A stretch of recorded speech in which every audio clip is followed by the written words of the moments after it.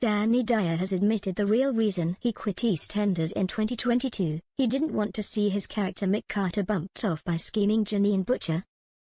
The actor says he made the emotional decision to leave the BBC soap in disappointment over Mick's storylines, which had seen him split up from long-term love Linda, played by Kelly Bright. And speaking in a new warts and all confessional for ITV, he also reveals what he was paid for The Wall and laughs at how Jilly Cooper's Rivals has turned him into a middle-aged sex symbol at the age of 47. Danny's grilling comes courtesy of ITV series The Assembly, in which the questions are asked by a 30-strong group of interviewers who are autistic, neurodivergent or learning disabled. The deal is that the stars who take part must agree to answer any questions at all in an honest and truthful manner.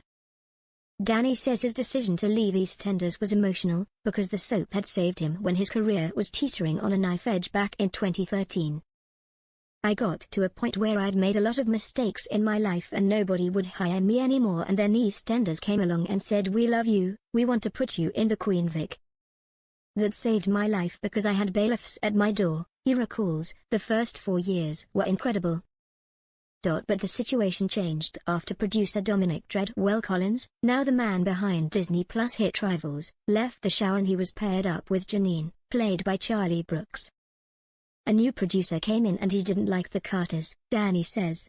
"He started to sack people, my son, my daughter, they've still got Kelly Bright in it, who plays my wife, Linda Carter. But then they split me up from Kelly and put me with Janine. When they told me, I said, 'Janine? But she murders people.' I thought, oh no, if I stay too long, she'll kill me, I've got to get out. And basically I went in the sea, and was never found again." With Mick's body having never washed up, Danny admits he hasn't ruled out a return at some point. "If it all goes tits up, I'll turn up in the pub with seaweed all over me," he chuckles. Danny Dyer allowed the group to ask him anything they wanted to know and didn't dodge any questions.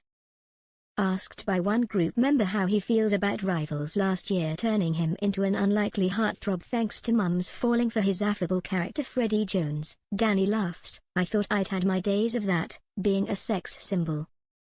Turns out it's okay to have hairy breasts."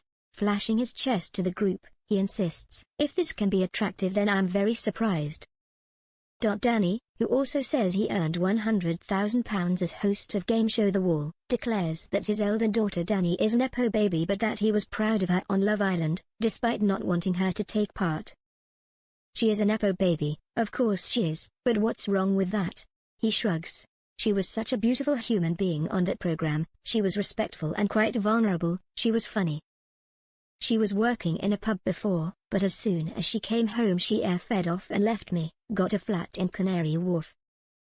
Asked how he found the experience of being quizzed by The Assembly, which kicks off this weekend, Dyer said he had loved their beautiful questions.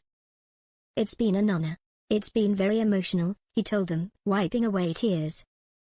"It's great learning about you lot and I learned a bit about myself." Executive producers Michelle Singer and Stu Richards said they set out to make a series that wasn't patronizing.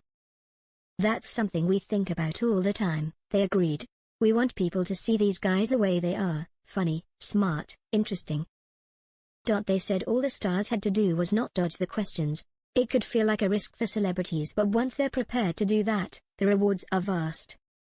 The show, originally from a French format, had huge appeal for ITV Entertainment Commissioner David Smith.